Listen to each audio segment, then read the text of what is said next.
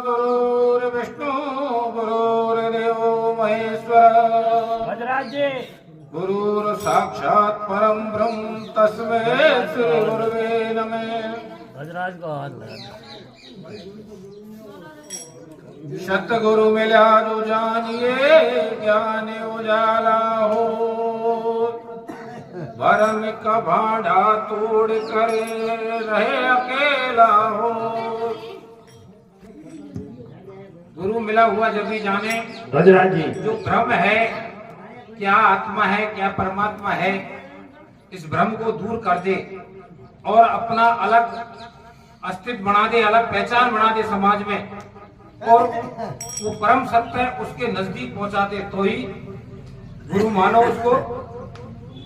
जब हम बुराई के मार्ग पर चल रहे हैं तो गुरु हमको भलाई के रास्ते पर ला सकता है, ऐसा ही गुरु परम गुरु माना जाएगा। जब तक हम भलाई के रास्ते पर नहीं आएंगे, जब तक जिस सत्य का बार बार जिक्र आ रहा है उसका अनुभव नहीं कर सकते। माला जपने से कुछ नहीं हो सकता, कर्म ही प्रधान है। और चारों वेदों में भी उस सत्य के विषय में बताया गया है, वो एक ही है। अर्थात वेद कह रहा है एकम सत्य ब्रह्म एकम द्वितीय नास्ति, ब्रह्म एक है दो नहीं है। अद्वितीय एकम एव, वह एक ही है, उसके समान दूसरा नहीं है। कुरान भी इस बात को बता रही है, ला इलाहा इल्लल्लाह, परमेश्वर एक है और दो उसको छोड़कर दूसरों को पूजना घोर पाप है। गीता जी भी इसका प्रमाण दे रही है कि आपने राम कृष्ण अनेक नाम सुनेंगे, स्वयं कृष्ण जी भी उसको ब्रह्म कहा है। मां कोई देवी दुर्गा का उल्लेख नहीं है, केवल ब्रह्म, यानी वो परम सत्य है, उसी की ओर गीता जी बार बार उल्लेख कर रही है। आप देवी पूजे, दुर्गा पूजे, पितृ पूजे, हर एक में पूजा उसी की ब्रह्म की हो रही है। ये गीता जी स्पष्ट प्रमाण बता रही है। यजुर्वेद कह रहा है न तस्य प्रतिमा अस्ति, उसकी कोई मूर्ति नहीं है। तो मूर्ति नहीं है तो शरीर कैसे हो सकता है? शरीर मन मूर्ति, उसकी कोई मूर्ति नहीं है। वो दुनिया की मूर्ति गढ़ता है, सभी जीवों की मूर्ति गढ़ता है, उसकी मूर्ति गढ़ने का किसी को हक नहीं है। ये परम सत्य है।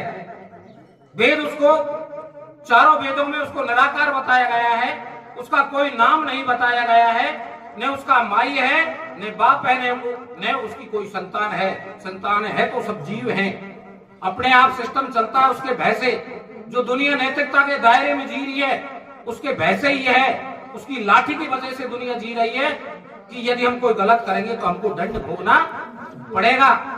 और उसकी अदृश्य शक्ति इन 84 योनियों में से एक योनि के पास है जो दिखती नहीं है, और जब वो मार देते हैं तो वैज्ञानिकों की मशीन फेल हो जाती है, उनकी बीमारी को कोई जांच नहीं सकता।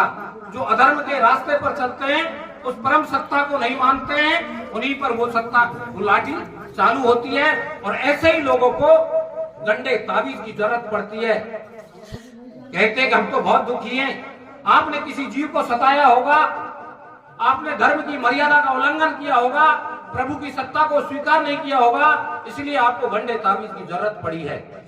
उनका ऐसा अंकुश है। और जो जीव उस प्रभु की सत्ता के साथ जुड़ जाता है, सदा उसको हृदय में धारण करता है, उसको वो लाठी कभी परेशान नहीं करती। वो आपके पास ही है। उसके अनेक नाम है। ऋग्वेद कह रहा है एकम सतः क्रिया बहुधा वदंती, परम सत्य एक है, उसको अनेक नामों से जाना जाता है। उसी को सतश्री अकाल, उसी को गॉड, उसी को ईश्वर, उसी को अल्लाह, उसी को साहेब, अनेक नामों से जाना जाता है। और वो आपकी काया में मौजूद है। गीता जी कह रही है ईश्वर सर्वभूतानां हृदयेषु अर्जुन तिष्ठति ब्राह्मण सर्वभूतानि यंत्राणि रूढ़ाणि ब्राह्मण माया। आपके शरीर में रहते हुए उसी की माया में हम भ्रमित हुए फिरे और उसको पहचान नहीं सकते हैं। कुरान शरीफ भी इसका उल्लेख कर रही है, वफी अंकुशेकुम तत्सेरुन, हे इंसान मैं तेरे हृदय में रहता हूँ, तू मुझे पहचानता क्यों नहीं? मैं तेरी श्वासों में रमा हुआ हूँ, बिना ज्ञान रूपी नेत्रों के तू मुझे नहीं देख सकता। अब ज्ञान रूपी नेत्र गुरु ही देता है। गुरु के पास ही तत्व ज्ञान है, जिसको सूक्ष्म वेद कहते हैं। पांचवा वेद संतों के पास ही है और संत ही उसको देते हैं। जो वेदों में नहीं है वो संतों के पास है।